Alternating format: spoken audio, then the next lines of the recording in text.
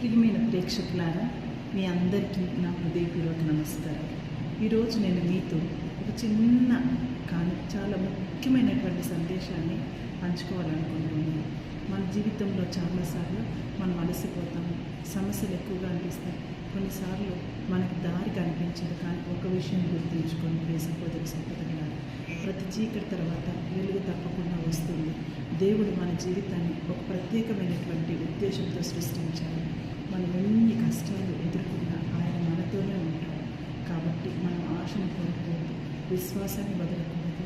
మరి ఈ వీడియో చూస్తున్నటువంటి మీలో ఎవరికైనా ఈరోజు మనసు బాగా ఉంటే, భారంగా ఉంటే, మరి ఒక విషయం గుర్తుంచుకోండి, మీరు ఒంటరిగా లేరు.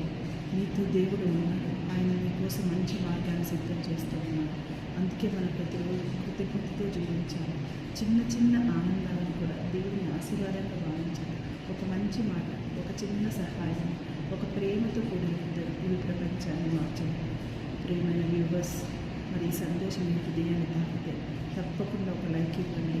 మీ కుటుంబ సభ్యులతో, మీ స్నేహితులతో ఈ వీడియోను షేర్ చేయండి. ఎందుకంటే ఒక మంచి సందేశం మరొక జీవితంలో ఆశ నిమిత్తం ఇలాంటి ఆశీర్వాదకరమైనటువంటి సందేశాలను మరింత చూడాలంటే మా ఛానల్ని యూట్యూబ్ని సబ్స్క్రైబ్ చేసి బెల్ ఐకాన్ మీద నొక్కండి.